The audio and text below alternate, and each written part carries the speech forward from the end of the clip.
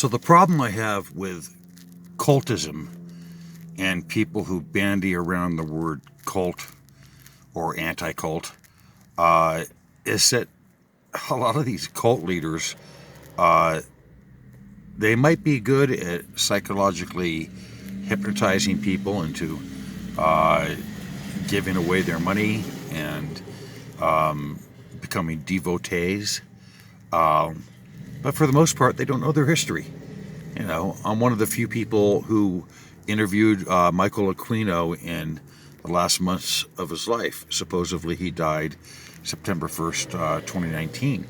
And when I started to talk about Set, and he was the leader of the Temple of Set, he was the founder of modern day Setiism. Uh, he didn't know his shit. He didn't. Now, Set was originally considered a benevolent god, in the early dynastic period of Egypt, and that would have been roughly 3150 BC. And at some point, right around 3100 BC, the Earth was struck by some sort of cosmic material. Could have been a big meteorite, could have been an asteroid, piece of a comet. We don't know what, but we know it happened. And there is evidence of that. Go talk to any geologist, they'll tell you about it. And at any rate, with the Temple of Set, uh, he was associated with the serpent, but also the crocodile, the hippopotamus, so on and so forth. And, he was one of the first five Egyptian gods. When I started to ask Aquino about certain things that he should have known about if he was a scholar, he didn't know what he was talking about. So here was a guy who was pretty good at manipulation, but when it came to pure scholarship, pure history, he didn't know shit. And the same thing can be said for Anton LaVey, another grifter who got people into dark things. That he was, the Satanic Temple. And by the way, Michael Aquino was a member, high-ranking member of the Satanic Temple prior to him founding the Temple of Set. And there was money in that game. What bugs me is that people will go ahead and they'll describe something as a cult. Well, what about people who eat at Denny's every morning at 7 a.m.? Are they part of a cult? What about Boy Scouts? What about people who served in the military? Are the military a cult? What about people who work for government? I mean, we can go ahead and throw the cult label everywhere. And by definition, cults are small, so you really can't call the Q movement a cult. And there was some real stupidity there. Trust Jeff Sessions? Give me a break. When does government ever prosecute itself? It doesn't. Bruno pointed that out and was burned at the stake on February 17th, 1600. I just am amazed at the naivety of people who get involved with this stuff, and the stupidity of people who can't see that the anti-cult or the anti-Q movement has all the earmarks of what one would say is cultish. And let me start to call out some people, okay? I'm just going to do it. Steve Hassan. Steve Hassan was a Moonie. So this is a person susceptible to cult thinking. He now defines himself as a cult expert. He's got ties to the CIA and to other alphabets, and he's making a lot of money going ahead saying, hey, I've been there. I've walked down that trail. I know. That would be like Theodore Bundy doing a tour saying, let me explain to you about serial killers, because I know.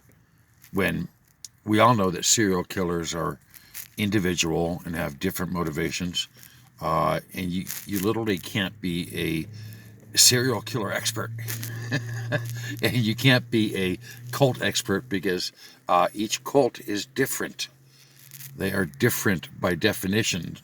Uh, the Boy Scouts are not explorers, are not ROTC, are not Army or Navy or whatnot. And look, I have friends who are SEALs. I have friends who have, been in special military positions, and they all feel the same, which is you're told blood and treasure. You're told that you're doing your duty, that you're young, and the government basically is supposed to be there for you. And at the end of the day, you're expendable. That's how I feel. So it doesn't make me anti-military. I'm actually very much pro-social. I just don't trust these wars. I don't trust the rich people who are moving the chess pieces and causing the deaths of young people. That's that. Is communism a cult? Certainly too big to be a cult. Do I like communism? No, I can't stand it. What about fascism? It's so funny. I made a joke. I said, "Yep, I'm a musical fascist."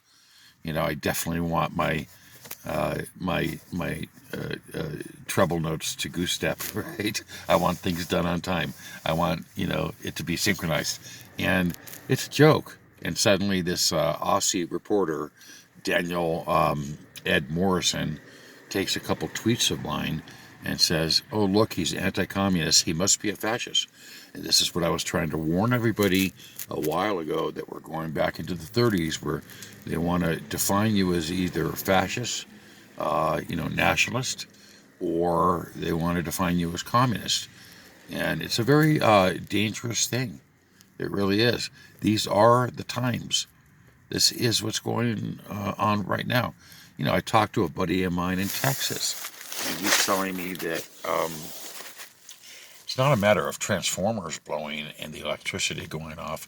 The government itself is turning off the electricity in certain places, assumably to preserve electricity and to avoid brownouts.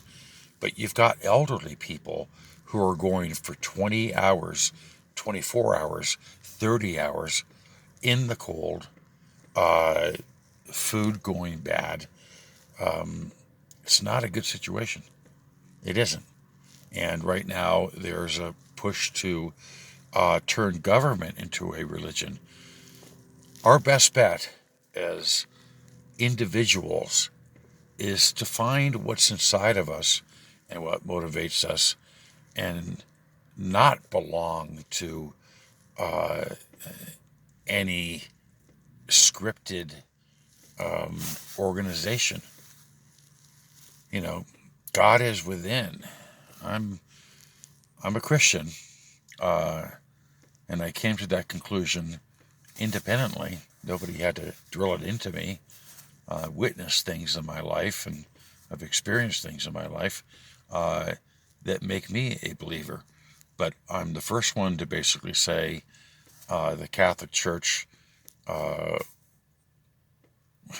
were selling reliquaries, and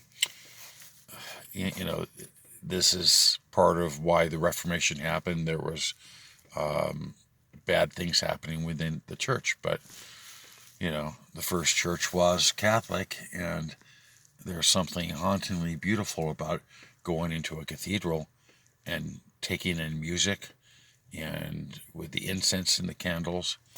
I was married in a Catholic church, and midnight mass still one of my favorite things to do.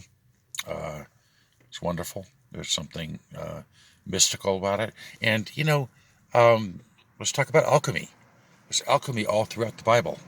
Fishes and loaves, water to wine. I can go on and on and on. So we're surrounded by alchemical processes. We are. Seeds that grow, rain that causes the the surface of the earth to be green.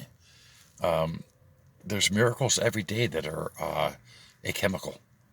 So that's not the danger. The danger is in those who would play God, those who believe that they're God, those who believe that they should fulfill the role of God by telling us what to do, what to eat, what to drink, what to think. So there's my rant. But yeah, as far as this new article that just came out with Danny Eddie Morrison claiming that I know Eric Prince. I've never had a communication with Eric Prince. I can't stand what Eric Prince stands for. I think Blackwater was wicked.